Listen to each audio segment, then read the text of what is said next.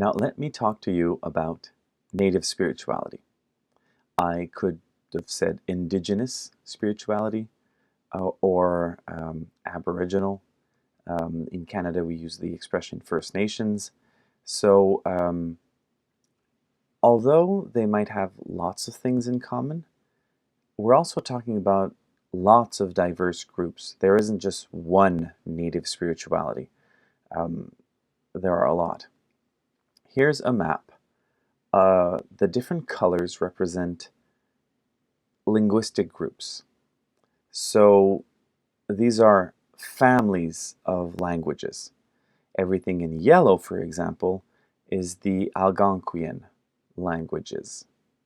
Okay, so obviously the Innu or the Micmac in the Maritimes don't speak the same thing as Cree or Ojibwe in the West. So those languages can be sometimes as close as English and German, or sometimes be as far as, English and Norwegian. The ones I just said are Germanic languages. They're part of the same family of languages, but it's not the same language. So there's also some things that are common. If you look at the Germanic, the Anglo-Saxon, the Germanic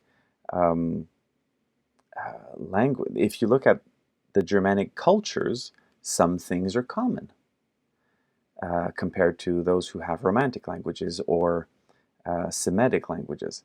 So there are some cultural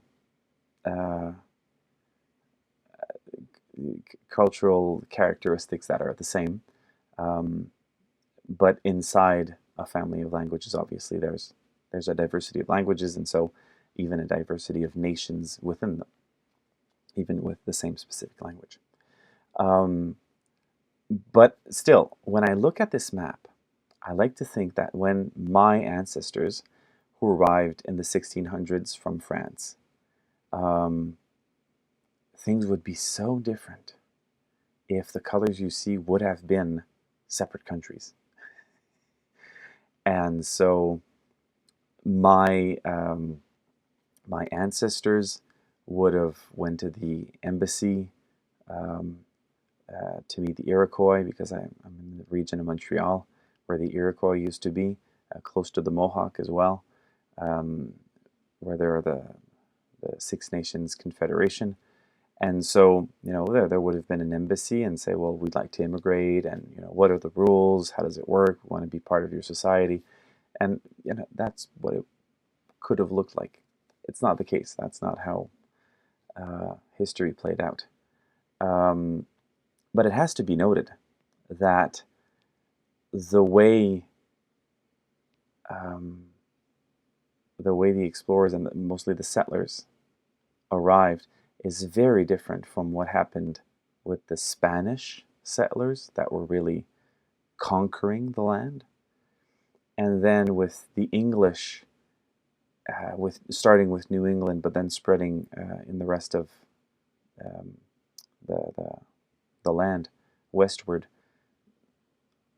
Assimilation was the key, and really there was this idea of taking possession of the land, and so that's why there are so many treaties, and that's why, taking up this land and that land. But then when my ancestors came, the French had a very different approach, and I'll talk about it. I'll touch on it during this lesson. But except for one treaty having to do with peace, when the French were here from 1608, the foundation of Quebec City, up until the arrival of the English, when they conquered Quebec City in 1760. So that's about 150 years of French, of New France. The idea was to coexist on the same territory, to exchange, to learn from each other. There wasn't this idea of assimilation. There wasn't this idea of taking the land and pushing others away. Um, it wasn't in that logic. And so I'm part of that story. My ancestors were part of that story, and I'm sure things were not perfect between people coming from Europe and people here, but it's not the same story as what happened with the Spanish arriving or what happened with the English arriving. Being French Canadian, the story is different. And this is specifically what I'm used to. So when I'm going to talk about the First Nations, and I acknowledge I'm saying it from my own point of view, um, it's because I've read and been in contact with with different villages, different nations from Algonquian language groups or Iroquoian. I won't touch a lot about the Inuit, but they are very interesting. They have their own myths, their own mythology, and in some aspects, we would think living so far in the extreme north and in the polar circle, it would be survival all the time. But at the same time, lots of things in their culture are so beautiful. Algonquin on this map is green. These are nomadic groups, meaning that every time the season changes, they're changing places, and they're following the herds quite often. And then Iroquoian, now we're going more south. They're sedentary or semi-sedentary, staying in the same place and really building a village for a while. Okay, what's common with the orange circle, where the part of First Nations I know more of? There are no cities and no roads. I'm talking about just before the arrival of European. There were no cities and no roads. So how would people get from one place to the other? Well, they would travel by canoe. And if ever you see a map of Quebec with all its rivers, well, that's how people would get around. And so hunting and gathering was, the main activity for survival and the whole culture. And when you're hunting and gathering, you're also in a relationship with nature where you're benefiting from nature's providence. You're not doing agriculture. You're not working yourself the land. You're just benefiting and harvesting what the land is offering. This is simply a map to show the different villages or reserves we find on the territory known as Quebec today. And I've been in contact with many of these through different activities I've done and read abundantly on the subject. We have here a depiction of the main creation story. This is a story that is common in many, many, many nations throughout North America. It's the idea of the great turtle. And so, or Turtle Island. So here's the story in a nutshell. You can go read it for yourself, and there are obviously different versions depending on the nation. A pregnant woman, her name was Aatensik. She was gathering leaves and gathering plants, and she was at the foot of a tree. She was part of the sky people. They are people, humans that live beyond the sky, or in the sky, beyond the sky, anyway. And so she was there, and she was picking things, and then she fell through a hole, and she fell, depending on the story, different birds like catch her while she's going down, and then put her on the back of this giant, humongous turtle. And then all of the animals are concerned, like, oh my goodness, oh my, we got to help her. And then they try to help her in different ways. And all these animals that can go in the water, they try to help. And they think, well, that woman is not going back up where she is. She's going to start living here. But to live here, she needs resources. She needs soil. And plus, good thing, she brought a few plants, which she'll be able to plant. And then that'll give her food as time goes on. So the animals go down and try to get some soil, but they can't. And finally, it's this little animal. Depends on the region in which person is telling the story, but this little tiny animal goes down and finally brings some soil up and does it a few times. And that starts the beginning of humanity on the turtle's back. And Turtle Island is usually associated to North America. So what are some of the beliefs that come out of this myth? Well, humans come from the sky. Okay, so humans already exist before this existence on Earth, and so we are different from other animals. And I mean, we have 5 digits on every hand. We can create things. We can imagine what we want to create. We have very developed language.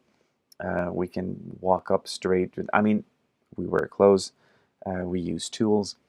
There's obviously lots of things that distinguish us from other animals. So this idea that humans are from another place kind of represents that. But yet, there isn't this idea of supreme control over the other animals, like we would find in Genesis 1:28, to have dominion and to submit. So we don't have this idea here. So human beings come from somewhere else, but here's where it gets interesting. Humans survive. That woman, Aten 6, she survives with the help of animals. So there's this interdependence already from the first moments that humans are on Earth. And also, very cute, never underestimate the role of the small creatures, because the small creature is actually the one who went to get the soil and helps for the survival. Also, with one mother of all, she's the Eve of all humanity, so we all have common origins. Moving on with that subject is that there's this sense of family, of kinship between the creatures. They will refer to Mother Earth and Father Sky, to Grandmother Moon and Grandfather Sun. All animals have a spirit, and a very strong spirit. Within the fathers of the church, they would refer to animals having spirits, but they would have spirits in a hierarchy, within an order. It's less the case with native spirituality. Since they have a spirit, well, they are our brothers and sisters. There's a huge, it's in the language, the spirits, and also the ancestors. When there are special events, we refer to our ancestors. We pray to our ancestors.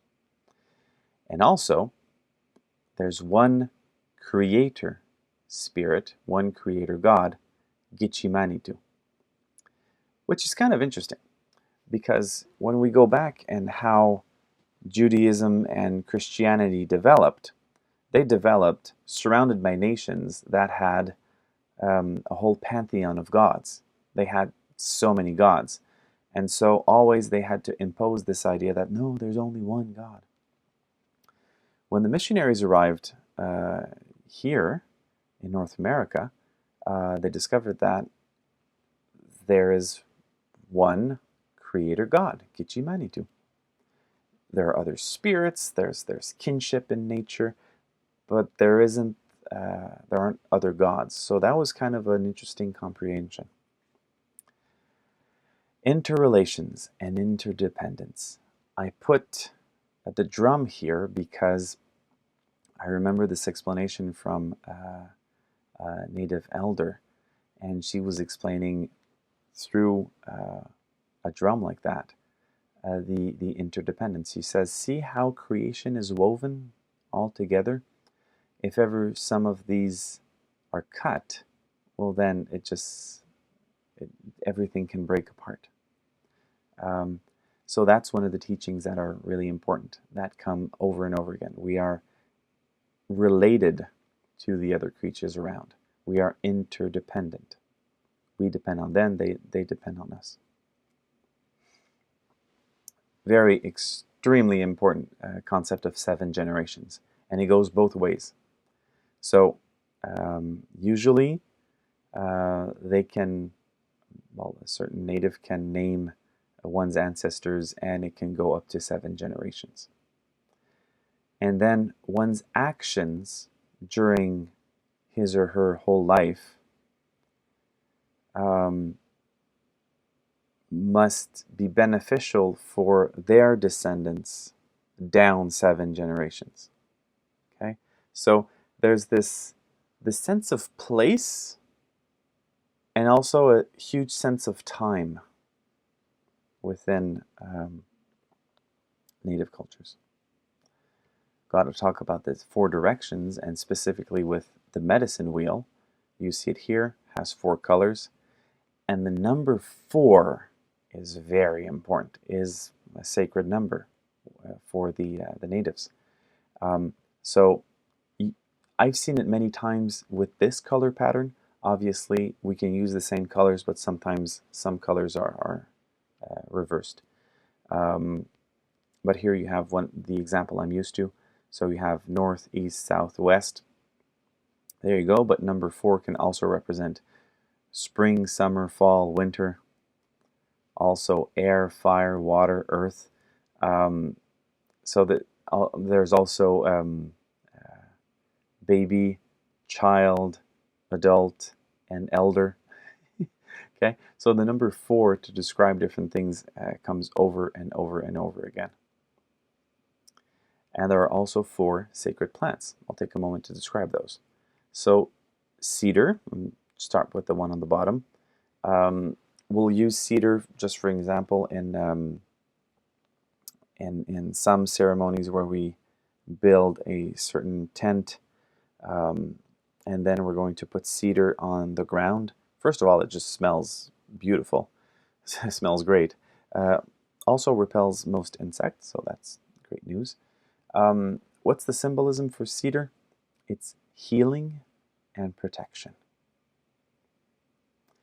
Then I move on to sage. Sage, we will burn dry sage leaves for purification, but specifically to drive away evil, to repel bad things, to repel evil. And then what's complementary to that one is sweetgrass, which we'll use for purification as well, but in this case it'll be to attract good. Okay, so in some instances we'll burn sage to repel evil, in others we'll use it to attract good. And then we get to the tobacco, which is, some of the stories say that it was the first of the plants that was given from the Creator. So what do? Well, it's a sacred plant, and we burn it as an offering to the Creator in some prayers. In some sacred ceremonies, tobacco would be used the same way we use incense in many instances in the Bible, where it represents our prayer going directly to the Creator. Okay, so these are the 4 sacred plants that have been used for hundreds, thousands of years before the arrival of settlers. The peace pipe. Now the peace pipe, or simply called the pipe, is used in ceremonies people are sitting down in a circle, and it is for understanding, for peace, for communion. Okay, to be united of one mind, to be in a fellowship. Okay, so that's what we use the pipe for. Obviously, it's between us, it's with the clan or the family in certain ceremonies, but then we can widen that. Also, if someone comes from another nation, like it was the case with Samuel de Champlain, he came and he participated in the pipe ceremony quite a few times, in this gesture that we should be we should coexist peacefully. Let me talk to you about Pierre Boucher. He came to New France. He came to Canada through the St. Lawrence River, and he learned some of the languages and was able to speak and to be immersed with the Iroquois, with the Algonquin. And so he wrote a book about, mostly about nature, a bit about the Iroquois, Algonquin, and some of the traits. So I thought this was really interesting to share. So it's in Old French. The book was published in 1664, and here's a translation of one of the parts. Since I'm on the subject of fruit trees, I will not omit to speak to you of raspberry and strawberry trees, I'm guessing bushes, which are in such abundance throughout this country that it is unbelievable. All the lands are filled with them, and this comes in spite of the fact that they produce such a great quantity of fruit that in the season they cannot be used up. They come larger and with a better flavor than in France. So wonderful. When I read this, I think it's just amazing. And people who have raspberry bushes at home, usually from year to year, it just multiplies. It's true. So this is the example of strawberries, raspberries. It goes on with blueberries, and there's just this description through all the pages of the abundance in nature, or I would say the generosity.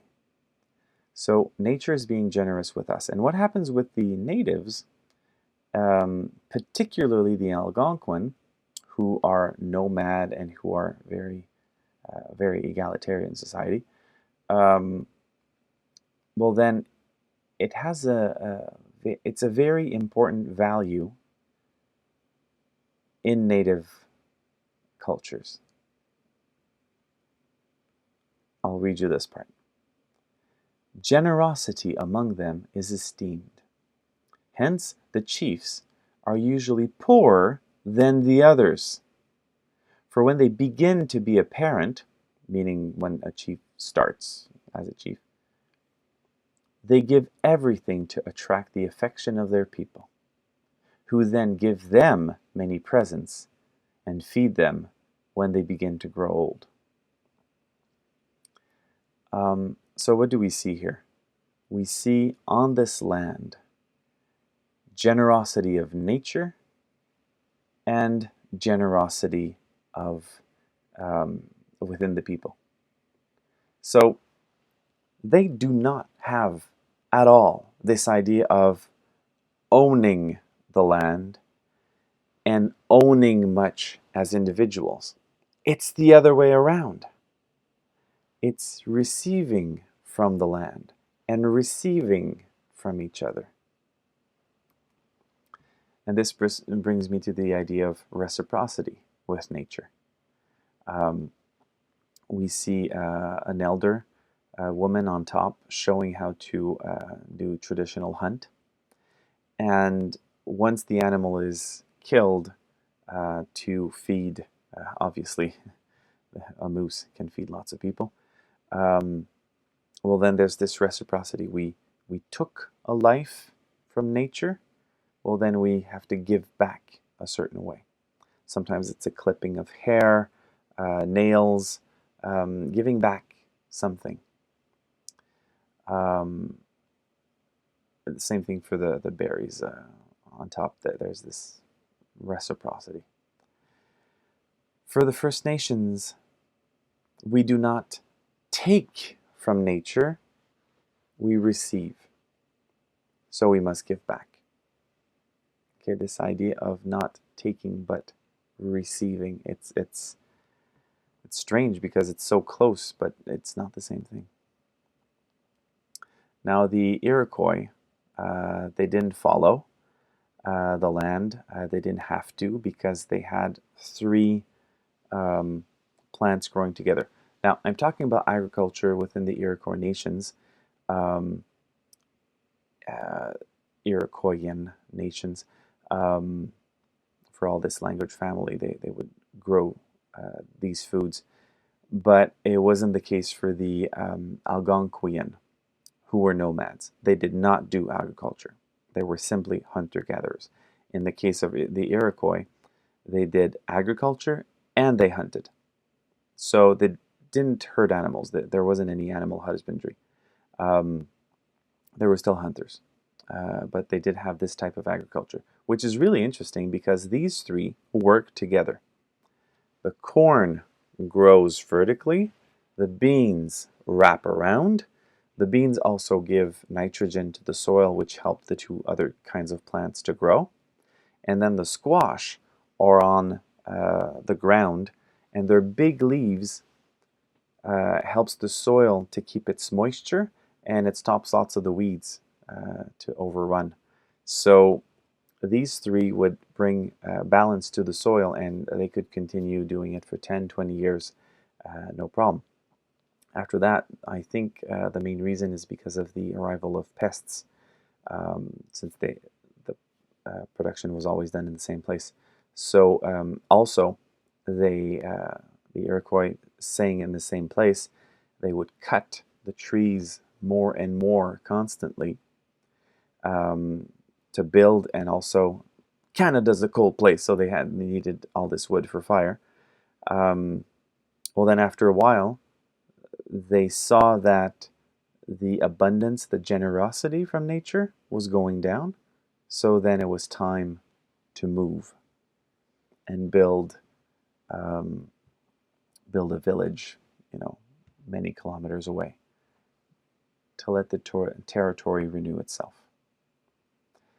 During the same period in the 17th century, my ancestors in New France, they would fallow every 3 years. They would grow wheat, barley, and then they would let it fallow for a year and then start again. Wheat the year after, barley the year after, fallow.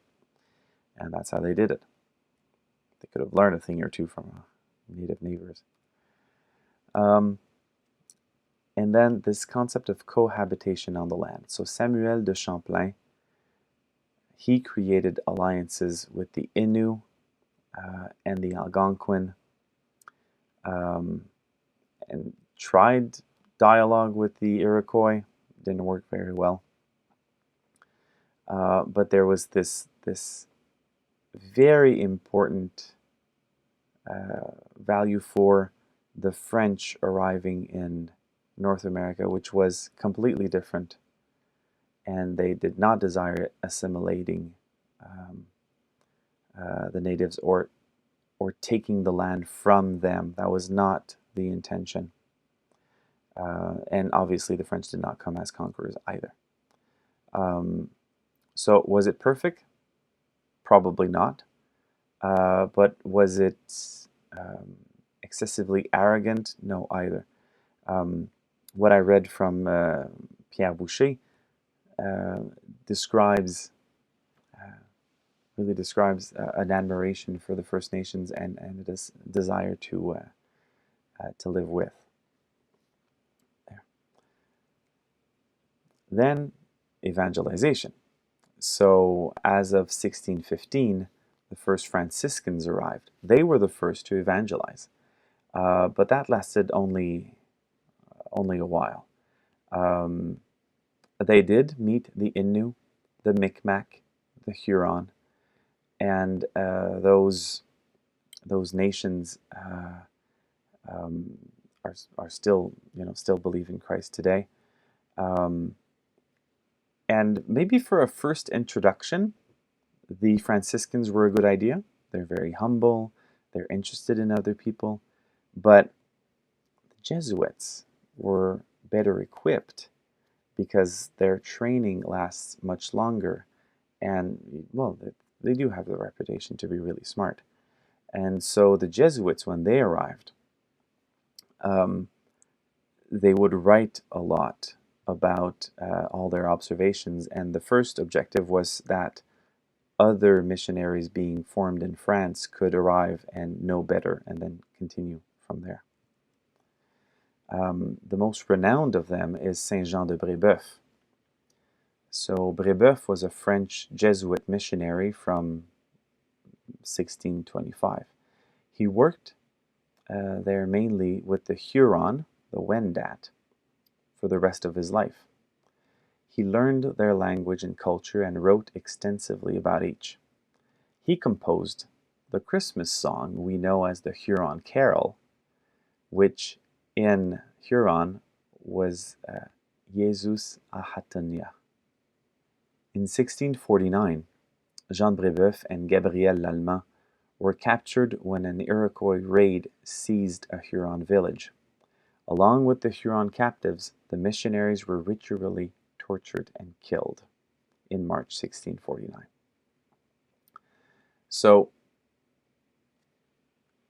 this we have to understand in our minds. When Brébeuf went to a Huron village and made a mission, was it the Hurons that were fed up with him and burnt him? No. It was the Iroquois who invaded the Hurons and took Brébeuf as a prisoner. Okay, two things. First one, we see Joseph Chewatenhua. I'm doing my best to pronounce it, and I'm very sorry. He's considered to be the first catechist in North America. So the first, he received information from the priest. He was trained from the priest, but he would then teach others. So that's a cute bit of information. And the other one is that the Wendat, this group that were near Lake Huron, were near the Great Lakes, they moved from thousands of kilometers and they settled near Quebec City. They settled, and now that town is called Wendake. So really amazing that, when we say, the relationship with the natives was not easy. Well, actually, it seemed that it was beneficial enough for some, a nation to move so far up north from where they were. They appreciated the contact with the French. There's another nation that did the same, the Abenaki. They were mostly in what is today New England. But a group of them really appreciated the approach with the French and moved. And now we have the villages of Odanak and Wolinak. So I can at least be proud of my ancestors for that, and it's a way we can move forward. The Canadian martyrs, these names we can find everywhere where I live. Schools are named like this, names of streets, banks. So usually they were not burnt at the stake like that by the community welcoming them. Usually it was from raids from Iroquois coming in and then wanting to attack the missionaries themselves. On a much brighter note, I can talk about Saint Caterina Caquetha. There's a lot I could say about her. And this, by the way, is a painting from a Jesuit who made this painting no more than 10 years after she passed away, to remember her. And obviously, people knew that she was going to be remembered as this very holy woman. So, Tekakwitha, that was her first name. Her mother was an Algonquin, converted to Catholicism. Her father was Mohawk. She lived in Ossernenon, upstate New York. Her village caught an epidemic of smallpox, and she survived, but with bad eyesight. That's where her name comes from. Tekakwitha means walking and stumbling. She loved Jesus and moved to a mission by the Jesuits, which was on the South Shore of Montreal. And she got baptized and chose the name Catherine, or closer to the way she could pronounce it, Cattery. Indigenous spirituality is close to nature, and it shows in the way she would pray. For example, her prayer began in a chapel, but always ended at a foot of a tree. So for her, she had to be immersed in God's creation to be able to commune with God. It was very difficult between four walls. She is the patron saint of the environment and First Nations. So I first talked about pre-European contact, some of the cultural traits and some spiritual elements. Then we moved on to evangelization, and that period where they heard about the good news from Jesus Christ and from the church. And then we get to now our period where the vast majority in Quebec of the vast majority of nations, of villages, have a vast majority of people who practice Christianity. In a few villages, very few, there's been this will to push away Christianity, push away the church, so it's kind of marginalized. And in some places, there's like this coexistence of traditional spirituality and Christian spirituality. But the ones I'm used to, the vast majority have adopted Christianity, are very proud of it. The elders promote it. And it's really the heart of their village.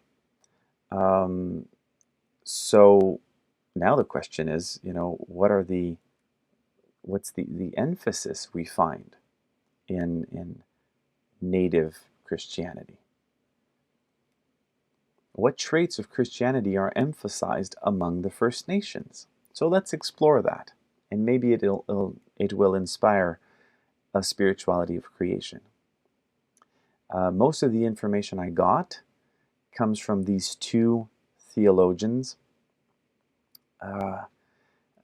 two amazing people who listen to Christ, who teach about Christ's teachings, but are natives and speak about it with that emphasis. So, what are some of the important symbols that come from native spirituality and reused within Christianity? The eagle feather, sweet grass and sage, prayer in the four directions, and the pipe. So the eagle flies higher than other birds. The feather thus represents the power, transcendence, and strength of God. The priest sometimes uses the feather when delivering a sermon or making the sign of the cross. And the eagle is already a Christian symbol. Okay? I've been in so many churches, Catholic, Anglican, and I've seen the eagle. And I mean, I've seen this in Europe, I've seen this in Italy, and in England. So the lectern where we read from the Bible has, a huge eagle on it. So it's already used as a Christian symbol for the same reason. It's a bird that flies higher than other birds, so is closer to the Creator. What is different is that we're going to use that symbol and use it for the homily, the sermon, so it shows authority, or to read the gospel, or to use it to make the sign of the cross, to say that, it doesn't come from me, it comes from God, the blessing I'm giving. Next one, rituals of purification. We already go to church because we want to be purified in a certain way. So, sage and sweetgrass can replace incense. Sage can be burned during a penitential rite. So at the beginning of Mass, when we say, Lord have mercy, Lord have mercy, Lord have mercy, well, it could be accompanied with sage. Or sweetgrass may be burned to incense the altar at the beginning of the Eucharistic prayer. So you see what I'm getting at. Sage is used for purification, for pushing away what's bad, what's evil. So that's a great symbol for the penitential rite. And then for sweetgrass, it's purification, but to attract the good. So that's great to start off the Eucharistic prayer and incense the altar. Then they'll do the prayer in 4 directions. This prayer, in which the whole assembly turns to each cardinal point, can be done during major feasts like Christmas, Easter, Pentecost, or even at each celebration during the universal prayers. I've seen one and the other in different churches I've been in contact with. Then there's the pipe, or the peace pipe. Now this one is surprising. To find a pipe displayed in a church. You wonder, why? I mean, my father used to smoke, so I have a certain image of tobacco, and it's certainly not sacred. But I spoke about the peace pipe before, and so the peace pipe is placed in the church as a reminder of communion. We don't use it during the Eucharistic prayers. We don't use it on Sundays. But if it's to be used, sometimes we use it during prayer meetings. Not necessarily everyone, but all the time. But in some prayer meetings, we want maybe to go a few steps further in fellowship, in communion. So we'll smoke the pipe. And for many, the sacred pipe symbolizes Jesus who unites us. So the pipe represents communion, represents peace, represents what bridges us together in a common spirit. And so Jesus does exactly the same. Okay, here's something really interesting. It says Stations of the Cross we can find in an Episcopal church in the US, and they decided to hire a native artist to represent the Stations of the Cross, and this is Jesus' death on the cross. Now, if ever you go see the other pictures, you'll see that the crown of thorns is an adaptation. What is very spiky in that region? Cactus. Okay, so it's actually made of cactus here, but the cactus is always green. But it's when Jesus dies that the cactus blooms. It's quite amazing. And also, you see those 2 pipes on the top.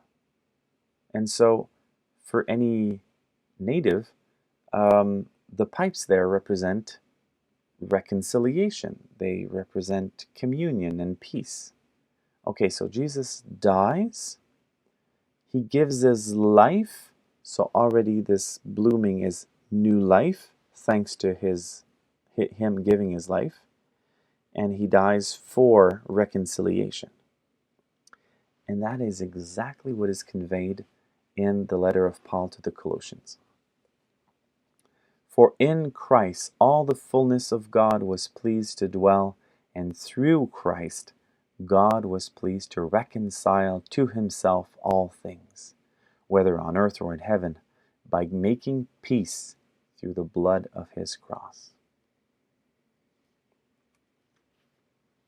What traits of Christianity are emphasized among the First Nations, and now what are the things they believe in that are essential? What do they emphasize? Well, three things. The immanence of God in creation, interdependence, and stewardship of the land, obviously. So let's go with the first one. Immanence of God. Oh, skip, sorry. Contemplation. Okay, so a native likes to stop and contemplate the mystery. This is in stark contrast to our contemporaries who are always busy. I've heard many comments, many times, from natives who say, how come you can't be satisfied about not knowing something? We have this Cartesian thought where we have to find answers about the material world all the time. And we have to find these scientific answers.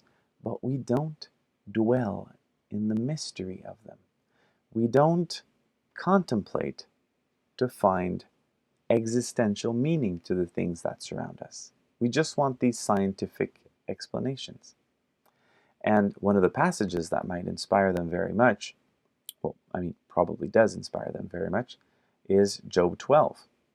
But ask the animals and they will teach you, the birds of the air and they will tell you. Ask the plants of the earth and they will teach you, and the fish of the sea will declare to you. Next one related to eminence of God is finding wisdom in nature. In the Proverbs we hear, the Lord by wisdom founded the earth. When you look around, you find lots of wisdom. And the natives appreciate all the parables of Jesus inspired by nature. And plus, their language, their way of speaking, sounds a lot like the parables of Jesus inspired by nature. Sometimes I was talking with some of them and they would say, well, what we're talking about is exactly like the strawberries and blah, blah, blah. And what we're talking about is exactly like with the streams when the stream does this and that. And what we're talking about is exactly like when you're in a canoe and then this and this and that happens. They also speak in parables, and it's most often inspired by nature. And why do they do that? Because they consider that nature can teach them a lot. Then the importance of interrelations. So one of the best examples is when Paul is writing to the Corinthians, he says, now you are the body of Christ and individually members of it. We are members, parts of the body of Christ. So we're interrelated. Also, since natives are interrelated to, interconnected, interdependent with other creatures around and to the land, well then Romans 8 really speaks to them. We know that the whole creation has been groaning in labor pains until now. Speaking of interrelations, the importance of community. Okay? In the Acts of the Apostles, we read about the disciples who put everything in common. So the community is more important than hierarchy. And the circle gives rise to interactions. So they sit in a circle. And when there's someone who's supposed to teach something to other people, it's kind of inconceivable for them to sit in a classroom, or inconceivable or uncomfortable or not natural for them, because the natural position is to sit in a circle. And I've heard once an elder, a teacher, who said, well, how can I share, how can I transmit what I know to other people if I'm not with them. For that person who asked me to rearrange the chairs, she said that, well, if I'm high up on a pedestal, I'm not with them. I can't really transmit. I can't really share what I have to share. I have to be with the people. And that really made me think of Jesus directly. What we hear in the Gospels is not this teacher imposing his way of thinking on other people, but he was with the people, all kind of people. And obviously, and this is one of the things we hear on the news, so stewardship. A strong sense of stewardship to the land. We could call them guardians of creation. Native people take care of the territory to which they belong. And that phrasing is important because they do not feel that they own the land, which would be a settler's point of view. The natives don't own the land. The natives belong to the land. And they take care of the land through concrete actions and even activism. So on the left, you have people repairing the land. And then on the right, people who are marching. And yeah, so there's activism to defend certain rights.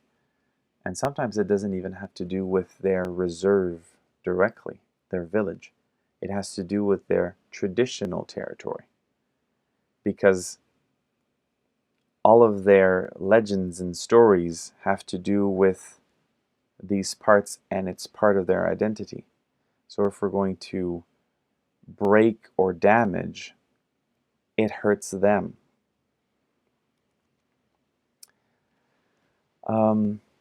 All of these expressions of Christianity that are emphasized in the native tradition, the way the natives do church, basically, has been given thrust since John Paul II came to Canada in 1984.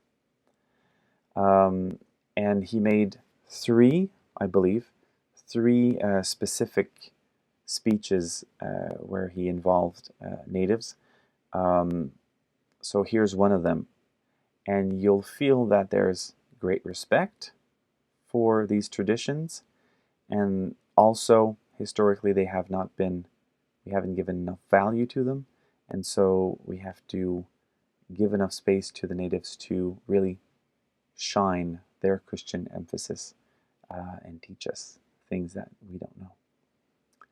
We also recall how the worthy traditions of the Indian tribes, sorry for the fact that it's written that way.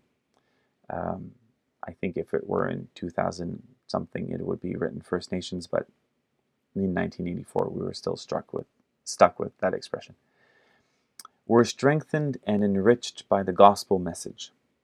During her long history, the church herself has been constantly enriched by the new traditions which are added to her life and legacy. So we're giving value to the things I just told you before. They make sense. We're integrating the medicine wheel into the image of the cross as well. It's starting to appear in different programs or churches. That's how they identify themselves. And even the United Church of Canada integrated the colors of the medicine wheel into their new crest in 2012. So, what traits of Christianity are emphasized among the First Nations? Well, it's presence, purification, prayer in the four directions, communion, the immanence of God in creation, interdependence between creatures, and stewardship. So what elements of native spirituality, Christian obviously, can make your spirituality grow?